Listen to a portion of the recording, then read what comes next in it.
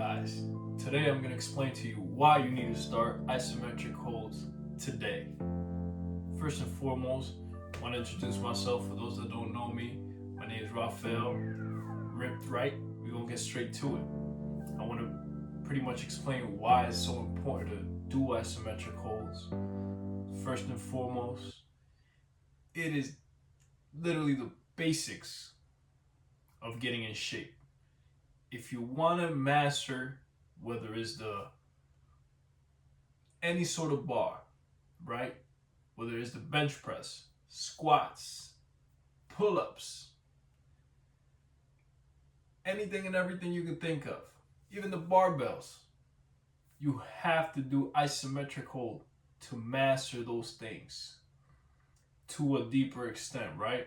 That's how you really connect with your body. If you think about it, you're actually holding it to the point where it's a contraction at all times, which is what you're trying to get whenever you're either curling, you're squatting, you're pulling, you're pushing.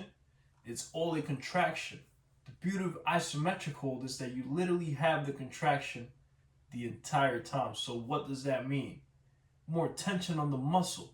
If you got more tension on the muscle, it means it's being worked more. If it's being worked more, it means you're getting more tear, which is what we're looking for. It's the whole point of the process, right? So the more tear, the better results once you get your rest, once you eat right, once you do what you're supposed to, you're going to see better results. Not only that, but if you also implement, per se, weights and calisthenics in a way, isometric holds, now you're going to see even greater results than if you were just pushing weight. Nothing against the weight. I love weights, but we also need to make sure that we do our push-ups, our squats, our pull-ups, our dips, everything that comes along with using body alone, because it's natural, right? So first and foremost, I want to introduce y'all to the, as you might already know, the plank. You can either do this, which is pretty much the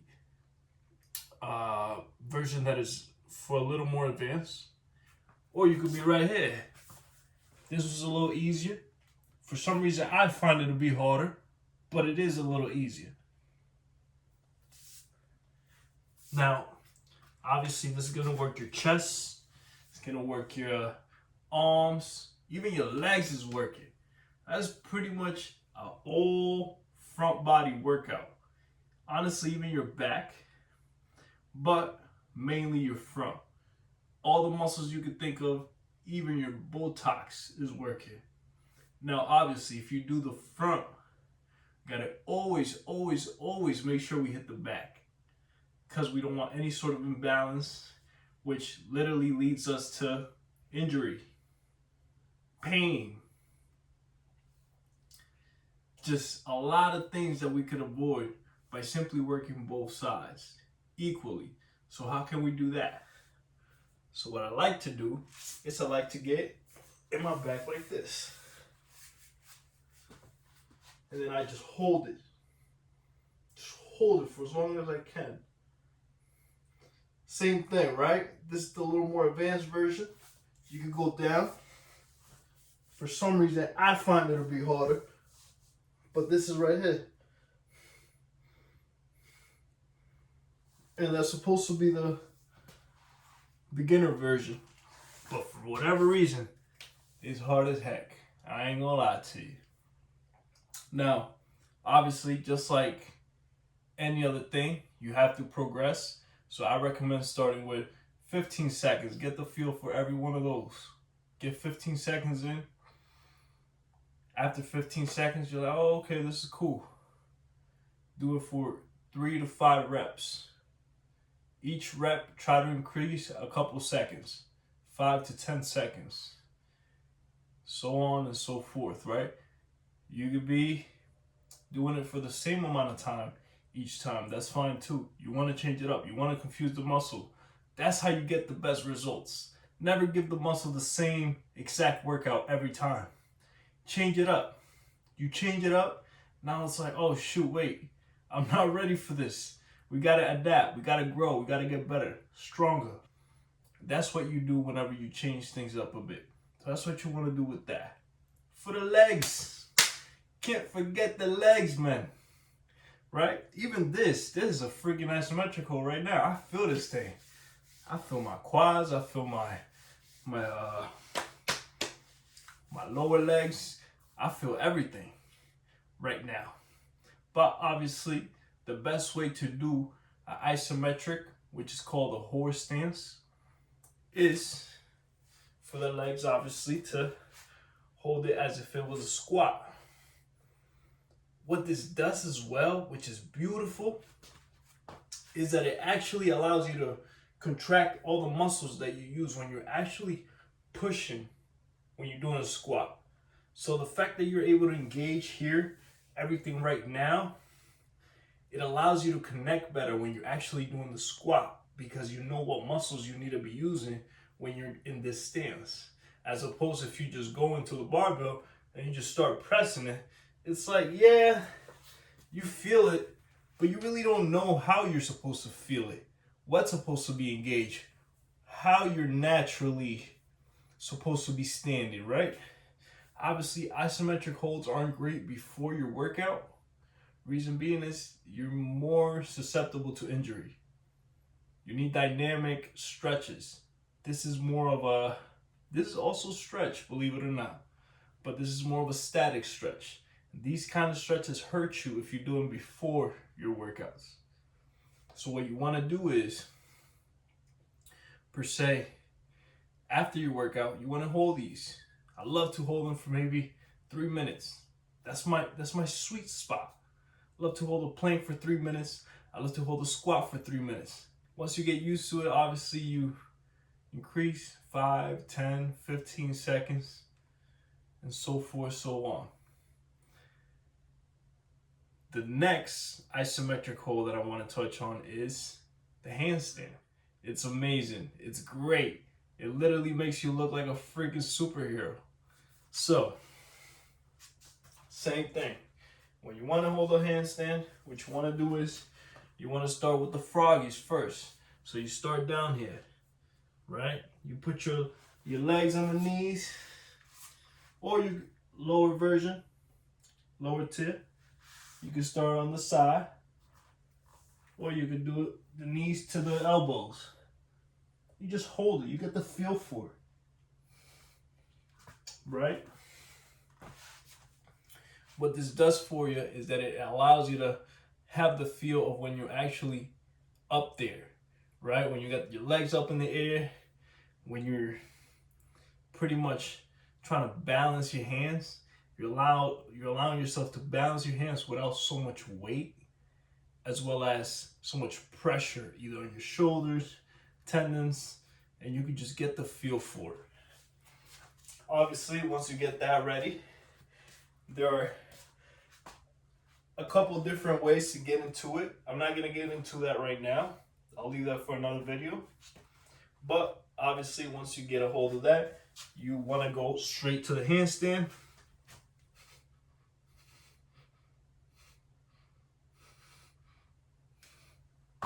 And you want to play with that, right? So, obviously, you handle that. You did all the freaking groundwork. What do you want to do next? You want to get to the bar. The bar is outside. It's raining.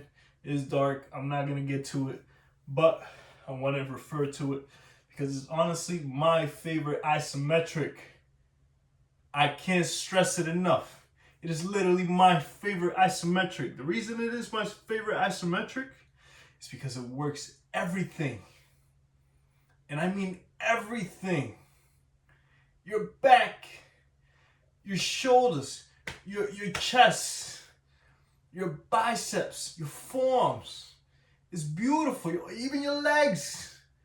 Everything gets a work. Everything. It's amazing. Your core.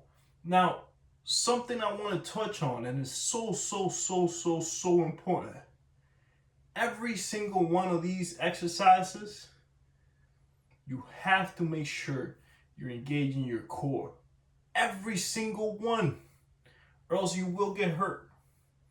Every one of them. I used to be that guy that would literally just focus on, okay, this is a chest work. This is a back work. This is leg work. So I would just focus on those muscles. No, my friend. You need to focus on the core, on the center of your body. What matters the most. What you're supposed to focus on, because if you think about it, it's what puts everything together. The fact that it puts everything together, it allows you to balance yourself. So it actually correlates it so that you're literally in the perfect position for your body, right? My perfect position is not the same perfect position as it is yours. Everybody has a little slight difference. And when you become conscious of your core, sometimes you got to think about it. With time, you can lose track of having to think about it because you just kind of know what to do, right? You build that connection with yourself where you could just go to it and you just engage it just because you've done it so many times. But when you're beginning, please, if you don't feel your core working, I need you to do core workouts, core exercises every other day, whether it's leg raises, static holds, all of these isometrics, they literally work your core. And they're awesome because since you don't have weight, it is so much less likely for you to get hurt. Because think about it. If you can't even engage your core with isometric holds, which is just your body weight, why the heck would you be touching weights? Trying to bench 150, 200, you don't even feel your core. That is literally how you get hurt. Trust me, I've done it before, and it's not cool. It's not cool. The beauty of working with your body weight and always making sure your core is engaged is that it always allows you to have a safe workout. It always allows you to translate it into other things. It even allows you to translate it when you walk. You feel your core when you walk because you worked it. It's the best feeling ever. That, my friends, is how you work to get your isometric holds.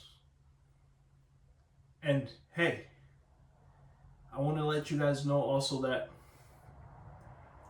progressions should be made, right? Not just by seconds, but also by the way you do them. You want to make sure that, hey, I did it with just a regular pose. Okay, maybe I tried elevated.